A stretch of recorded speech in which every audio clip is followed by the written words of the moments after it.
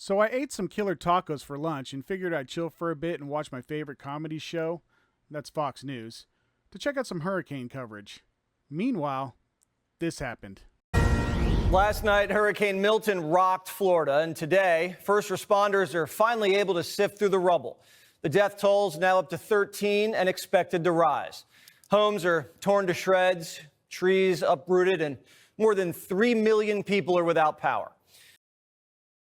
Wow, that sucks, Jesse. Those poor people getting hammered twice in a couple of weeks by hurricanes.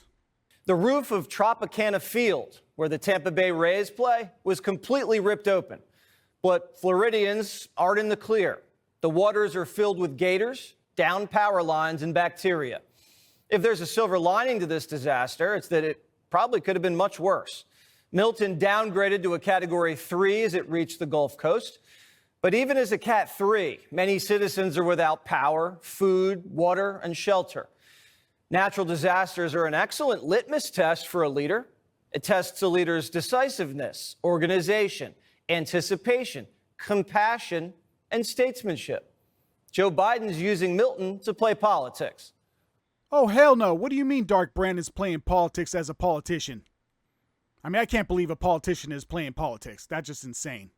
Mr. President, have you spoken with former President Trump at all? Are you kidding me? Mr. President Trump, former President Trump, get a life, man. Help these people. Will you hold him accountable? You said you were going to hold those accountable. Public will hold them accountable. You better than the press hold them accountable because you know the truth.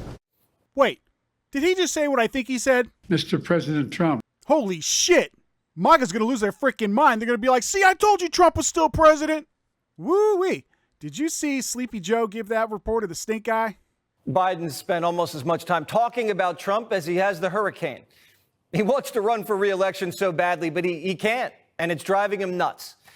But Kamala's worse. For 3.5 years, she sat on the sidelines for every hurricane while Biden ran the show.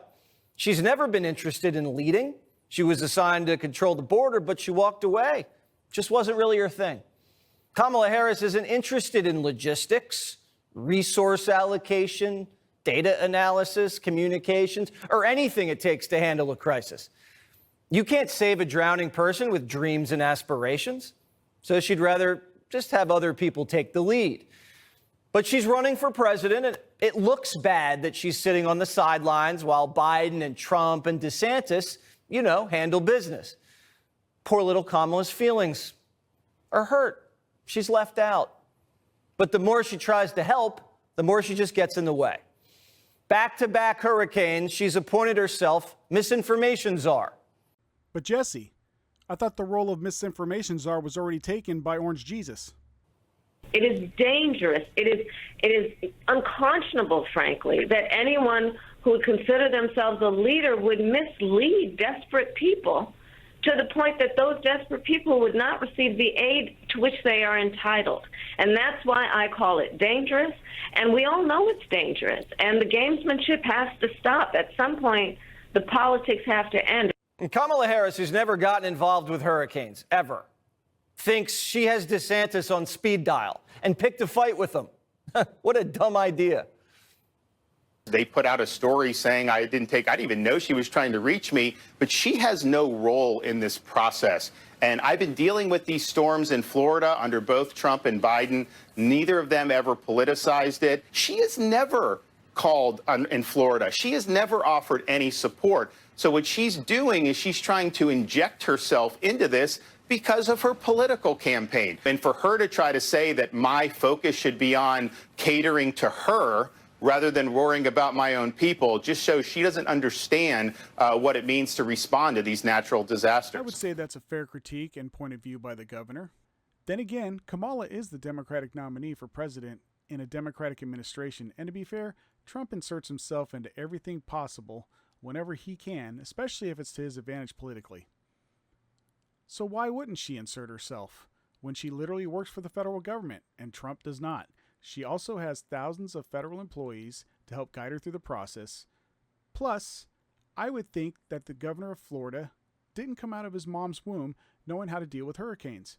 I'm kind of thinking he got a little bit of practice at it over time. Kamala's not in the chain of command. All she's doing is slowing things down. Right before the first hurricane, she was at a party. Right before the second, she was drinking. Now she wants to wear a windbreaker and be a storm chaser. Not happening. During her Zoom hurricane briefing, Kamala looked bored and then was caught snapping at her staff for handing her talking points during a live broadcast. Listen. So just really looking at some of the areas in Hillsborough River, Alafaya River, the Peace River, some of these type of traditional places that could flood. We really got to watch those areas and those communities. So that's an odd statement to make, Jesse. She's the Vice President of the United States, and if Joe Biden wants her to be in the chain of command, she's going to be in the chain of command. That doesn't sound like her snapping at somebody.